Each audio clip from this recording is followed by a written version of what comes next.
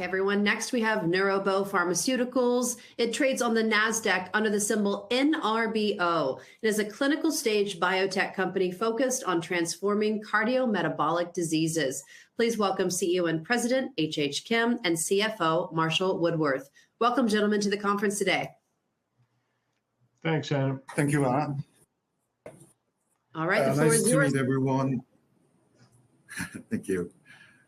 Nice to meet everyone. This is Hyung H.H. Kim, President and CEO of NeuroBo Pharmaceuticals. Just to give you a brief background on myself, lawyer background, I used to be general counsel to the current largest shareholder of NeuroBo, Dong-A ST.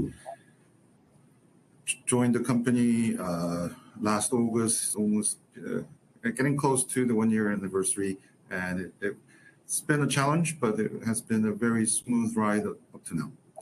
Marshall, would you like to give a brief intro?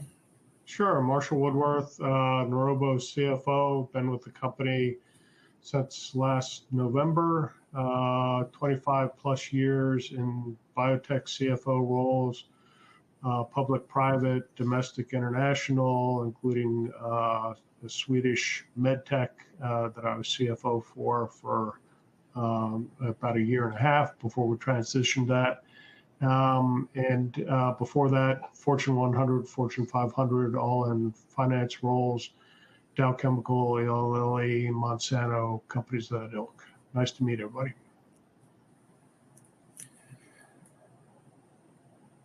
So, to give you a brief intro to our leadership team, myself, Marshall, then we have Heon Kim, who's the Chief Scientific Officer. She's currently the Head of Research over in Dong-A ST.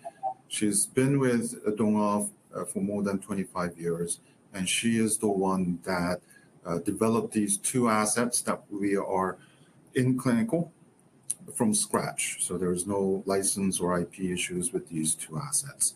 And it was quite logical to have her as the Chief Scientific Officer to help us with understanding the assets and moving this forward. Recently, we have a great addition of Dr. Chris Fang. He is the Advisor Consulting Chief Medical Officer.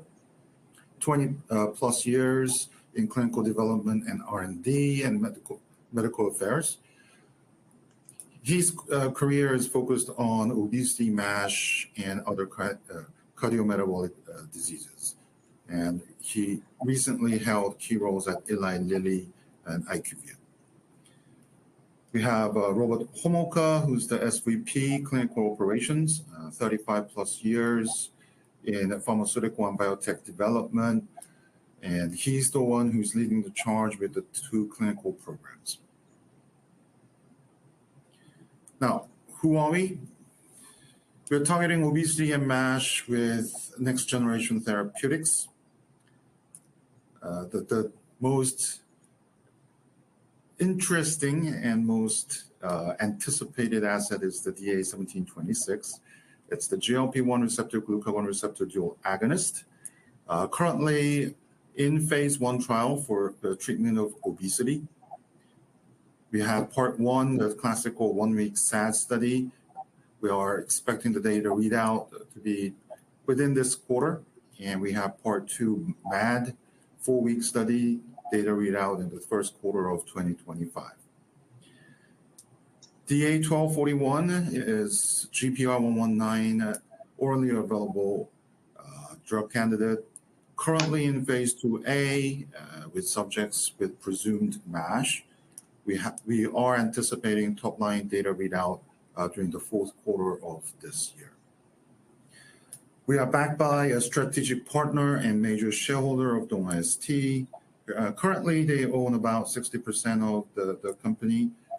They did participate in the latest financing and brought in 50% of the raise.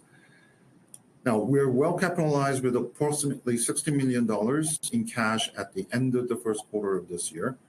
That doesn't include the $20 million financing that we recently closed. At the end of June, we have this $20 million that came in as PIPE / registered direct / pre-funded warrants. And plus that, we are anticipating about $50 million more raise if we have the milestone warrants exercised. Milestone warrants consist of two Series A and B warrants. Series A is due after the successful MAD study results, and Series B is expected after the Part 3, which I will go into later, of successful Part 3 results. So if these warrants do get exercised, we are anticipating additional $50 million financing in the near future. Currently, we're working through with the procedures for the registering all the shares, the PIPE shares, and the other warrants. And those are currently moving as we expected, as you can see in our this morning's filings.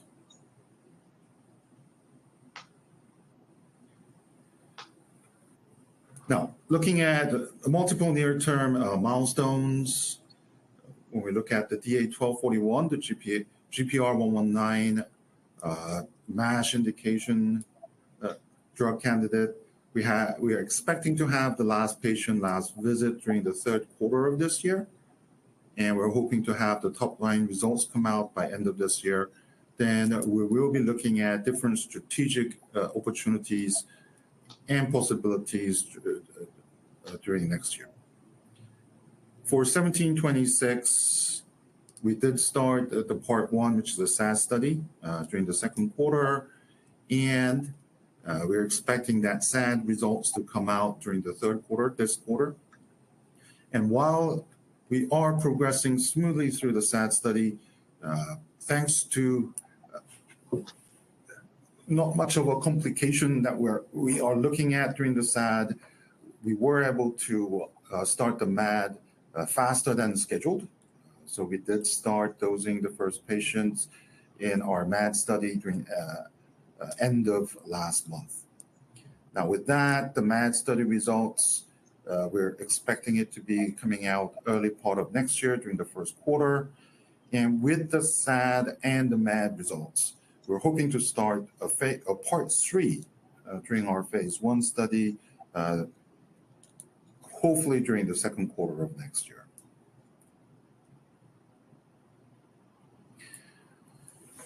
Now, what is this Part 3 trial? It's going to be a 24-week study where we look at the weight loss and see how the maximum titrable dose looks like, and with other dietary changes. We're hoping to start that during the second quarter of next year. And we're hoping that we'll have interim data analysis during the middle of 2026 and have the top-line results come out during the second half of 2026. Now, what are we trying to do here?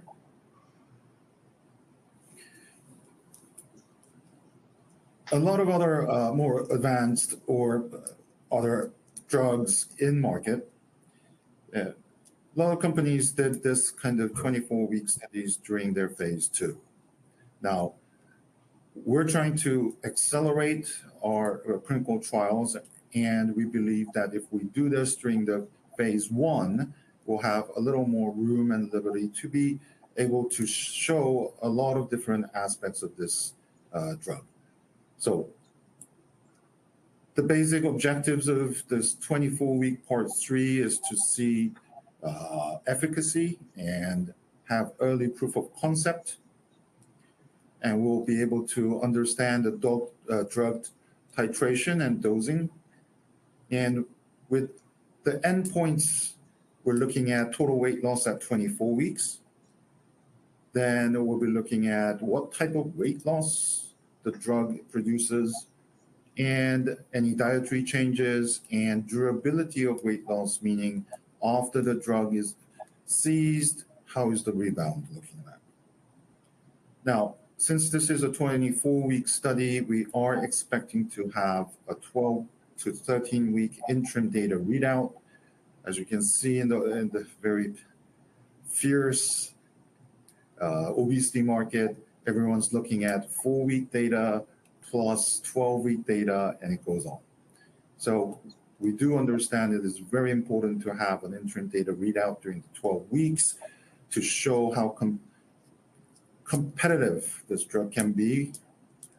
And we'll have the titration period up to the 12 weeks, treatment period of more than 12 weeks with a maximum titratable dose, and we'll have a 4-week follow-up period to it.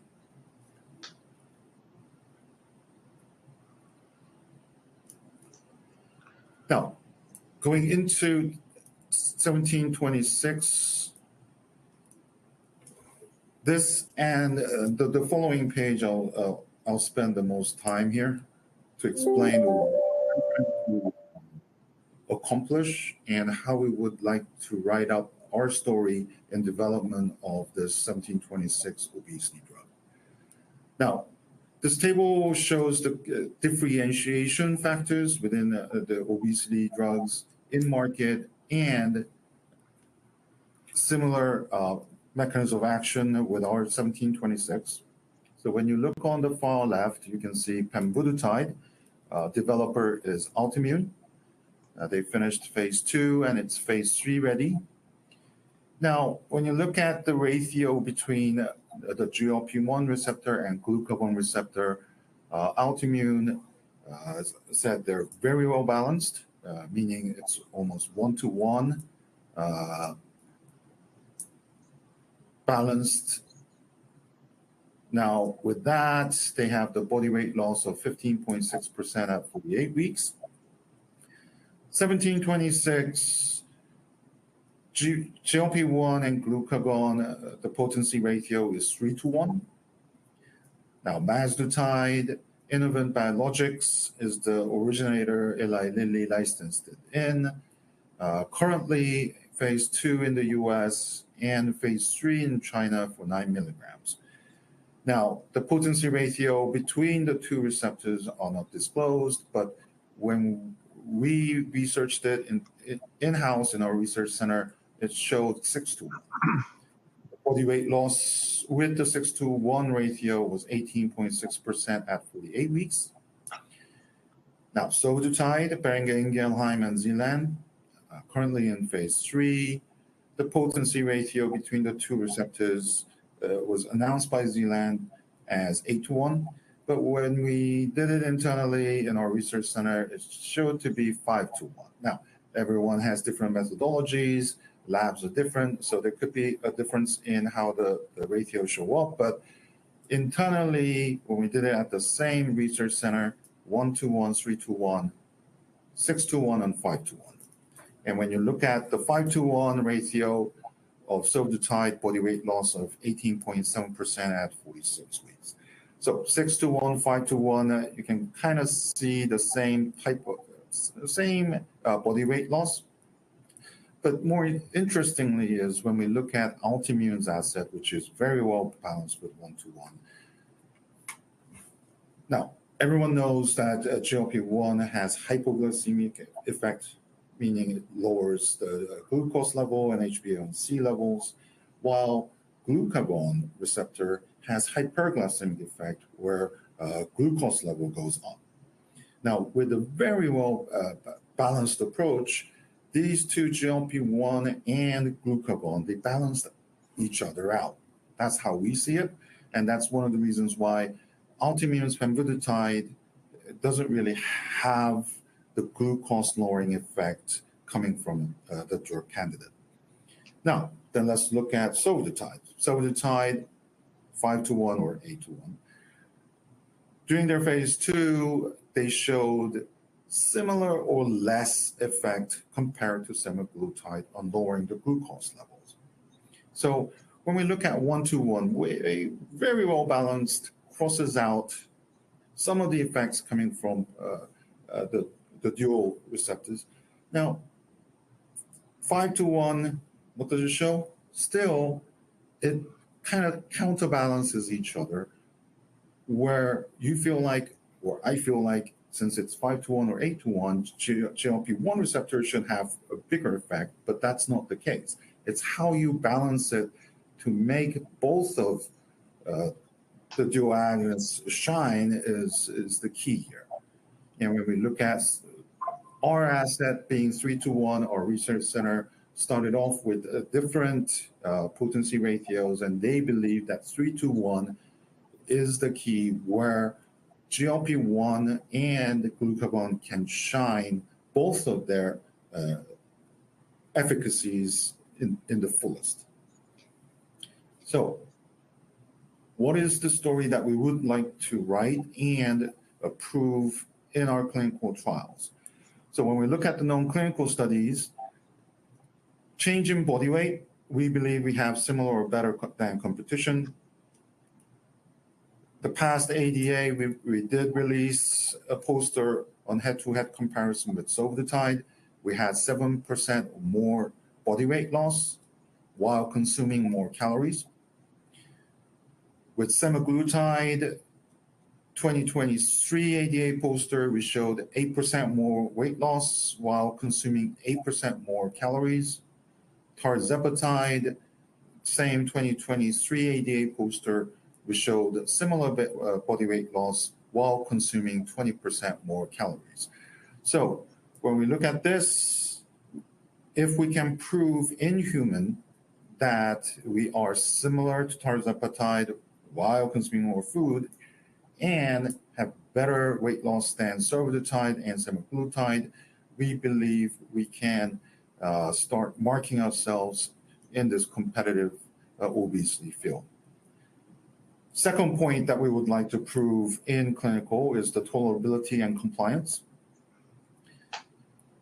We will look at this during the part 3, the 24 weeks, but when we look at survodutide, still the HF diobese mice ate more of food while losing more weight. Semaglutide, tirzepatide, the same. So we're hoping to see that 1726 is more tolerable compared to the more advanced drug candidates out there. The third point is the glucose control and insulin sensitivities. Now, with the survodutide, although this wasn't a type 2 diabetes a mice model, we looked at it with the HF obese mouse model, still 1726 effectively lowered TCHO, TG, and glucose levels compared to survodutide. In the 2022 ADA poster, we showed 1726 had better HbA1c and glycemic control than semaglutide. That was the type 2 diabetes mice model. On tirzepatide comparison, although it was an HF obese mice model, 1726 showed a better glucose lowering effect. Now, body composition, fat lean mass loss, we believe we have better than competition. During the last ADA poster, we showed superior body fat mass reduction and relative lean body mass preservation. With the semaglutide comparison, we did show better expression of thermogenic genes in white adipose tissues. We don't have a head-to-head comparison with tirzepatide. With MASH and NAFLD, we do believe it's better than competition because we showed a better NAFLD activity score and fibrosis resolution compared to semaglutide. I'm afraid we don't have a head-to-head with survodutide or tirzepatide. But at the end of the day, what we're looking at is semaglutide with GLP-1, tirzepatide with GLP-1/GIP, which the GIP helps to enhance the efficacy of GLP-1. But our drug has GLP-1 and glucagon.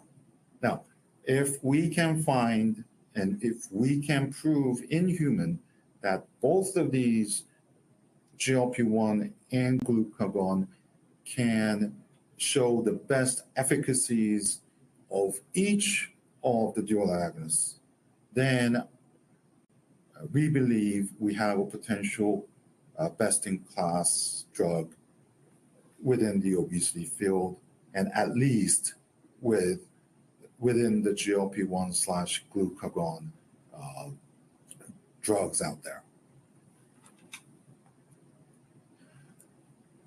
Now, I'll skip the most of these because it's more like a background, but I would like to highlight this page. Now, this is coming from the ADA poster.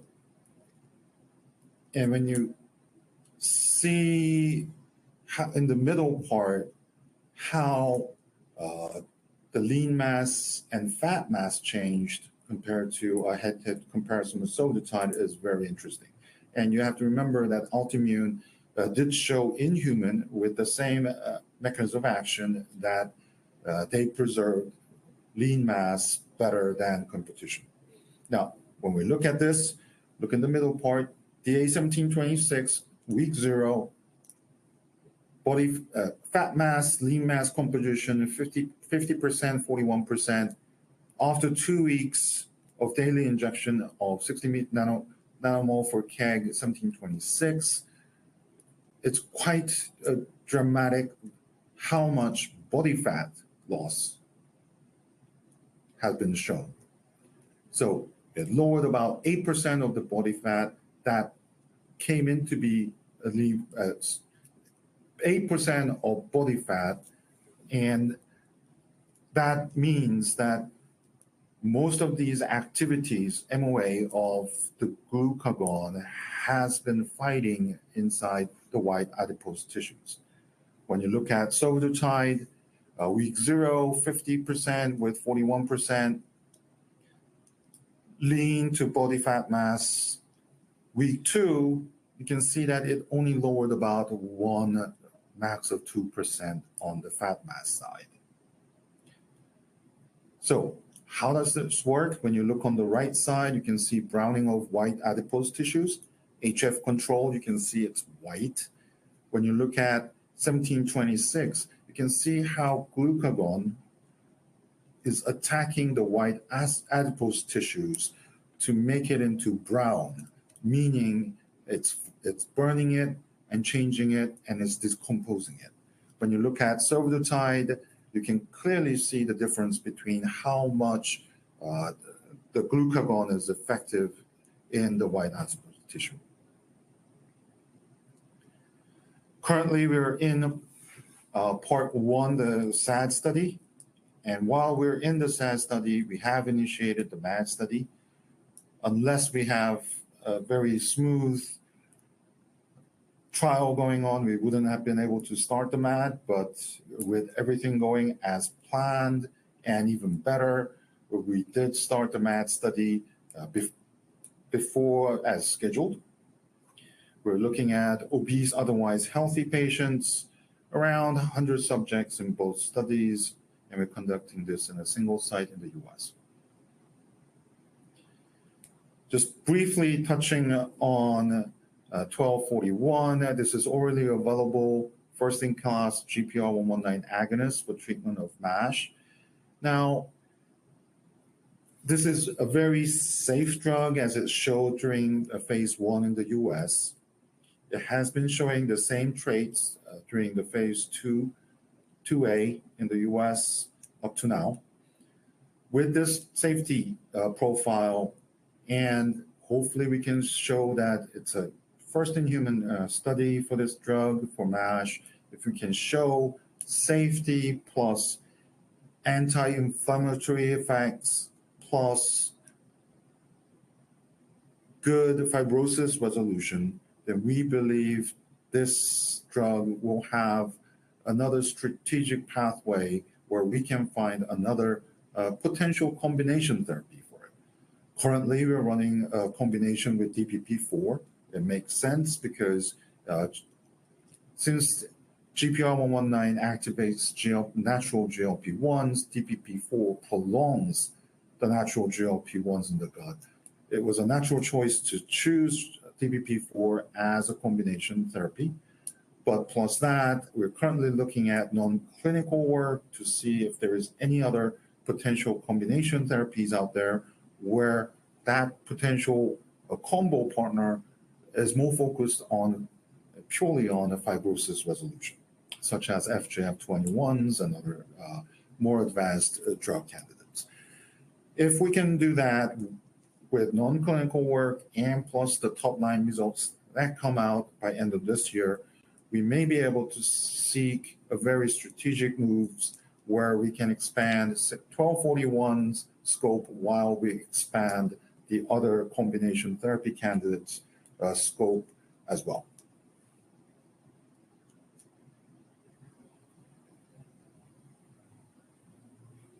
Marshall? Thanks, HH. As HH mentioned, at the end of Q1, we had $16 million in cash. We did a financing recently, the end of Q2, where we brought in $20 million of cash. That brings us to $36 million in cash. Our burn rate's about $6 million per quarter. And so we have cash to get through the phase 1 and the phase 2 for 1726, as well as complete the phase 2A for 1241. You can see the cap table there. We did issue more shares during the financing, including which are annotated down in the footnote, which includes pre-funded warrants. We have Series A and Series B warrants, which are milestone-based, which we think is very advantageous for the shareholders in our stock. That would allow us to bring in another $20 million at the end of the phase 1 MAD readout, and another $30 million at the end of the phase 1 part 3 readout that HH went into. HH? So the current financing is focused, the latest financing is focused on moving the 1726 through the SAD and the MAD and the beginning of part 3, while if all of the warrants do get exercised, we'll be comfortably going into this, the end of part 3, the 24 weeks, where we would like to prove all those points I mentioned: competitive weight loss, glucose control, glycemic control, and we would like to show how what a fat mass, lean mass change comes to be. And this it will be a pivotal point for us to see how this 24-week study turns out to be. And of course, we have the MAD study, which is a 4-week study, and I'm pretty sure everyone knows about the release of Roche yesterday of the oral GLP-1, while 4 weeks lost about 6% of body weight. The bar is going up, but we would like to show after the MAD study how our drug acted in obese, otherwise healthy patients. Right, Anna? Great job. Thank you for your presentation, and very informative.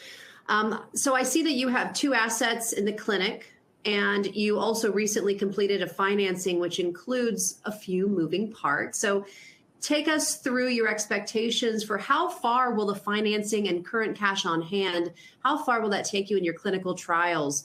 And also, what value creation milestones should we be looking for?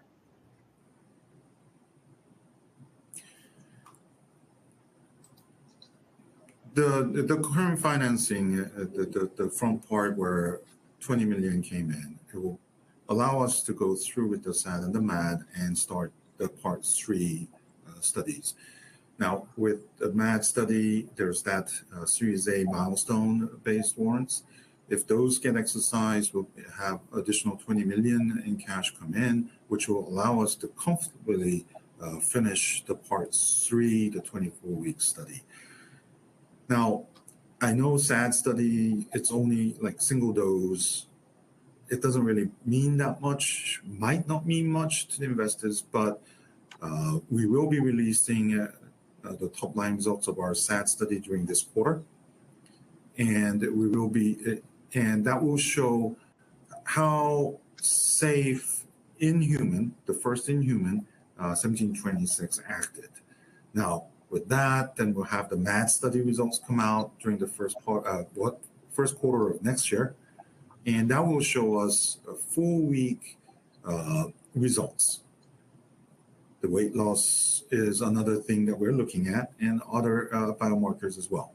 So those will be seen during the MAD, where that will put us on the map, hopefully, with a competitive weight loss, and let's see what we can do from there with the part 3.